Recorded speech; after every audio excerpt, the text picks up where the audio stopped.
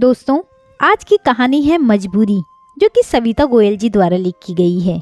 तो चलिए कहानी शुरू करते हैं। आज संडे की सुबह थी, लेकिन मधु बहुत चिड़चिड़ी लग रही थी।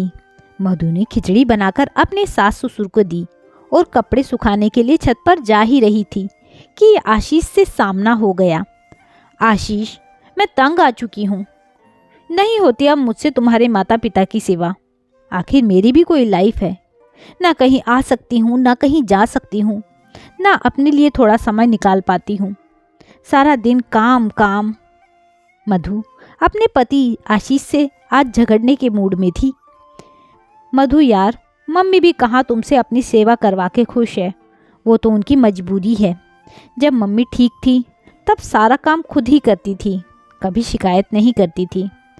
आशीष ने मधु को समझाते हुए कहा। मधु की सासू माँ कूल्हे की हड्डी टूटने की वजह से 6 महीने से बिस्तर पर थी।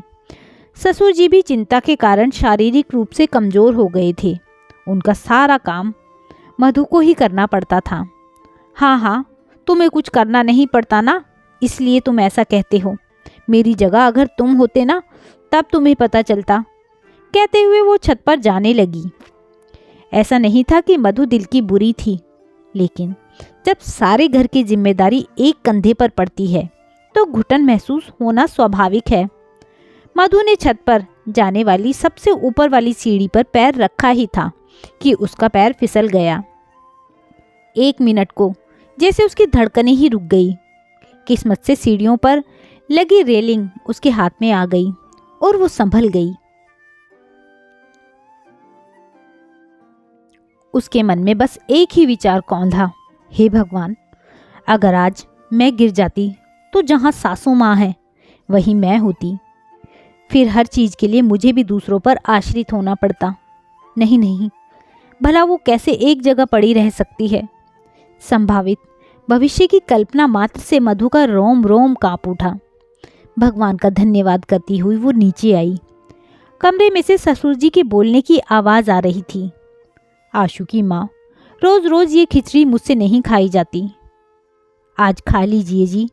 अकेली बहू बेचारी क्या क्या करेगी। 6 महीने से मैं बिस्तर पर पड़ी हूँ। इतना तो कर ही रही है वो। हम उसका हाथ तो बंटवा नहीं सकते, और काम भी क्यों बढ़ाएं। मधु की सासू माँ बोल रही थी। फिर ससुर जी बोले, ठीक ही कह रही हो तुम आशु की माँ। हमें बहू के बारे में सोचना चाहिए। किसी तरह ये बुढ़ापा कट जाए बस। मधु आत्मग्लानि से भर उठी। उसे समझ में आ गया कि कोई भी अपनी मर्जी से इस तरह बिस्तर पर नहीं पड़ा रह सकता। उनकी भी मजबूरी होती है जो छोटे छोटे कामों के लिए किसी के अधीन हो जाते हैं। थोड़ी देर बाद वो चीले बनाकर ले आई। पापा जी, आप चीले खा लीजिए। माँ, आपकी भी दवा का टाइम हो गया है, ये लीजिए, दूध पी लीजिए, कहकर वो दवा निकालने लगी। तभी आशीष कमरे में आता है। मधु, मैंने अपने दोस्त से बात की है। कल से एक कामवाली आ जाएगी तुम्हारा हाथ बंटवाने के लिए। रहने दो आशीष, मैं कर लूँगी, मधु ने कहा। मधु की सासू माँ बोली, आ जाने दो बहू, तुम्हें भी थोड़ा सहारा मिल जाएगा। अगर तुम बीमार हो गई तो हमारा तो बुढ़ापे का सहारा ही छिन जाएगा। मधु की आंखें छलछला उठी। सास ससुर का रोम रोम आज अपने बहू बेटे को आशीर्वाद दे रहा था। तो दोस्तों, यह थी एक छोटी सी कहानी, आत्मग्लानि। आपको यह कहानी कैसी लगी मुझे कमेंट करके ज़रूर बताइएगा। यदि कहानी अच्छी लगी हो तो कहानी को लाइक कीजिएगा, शेयर कीजिएगा, और हाँ, मेरे चैनल को सब्सक्राइब करना ना भूलिएगा। कहानी सुनने के लिए बहुत बहुत धन्यवाद।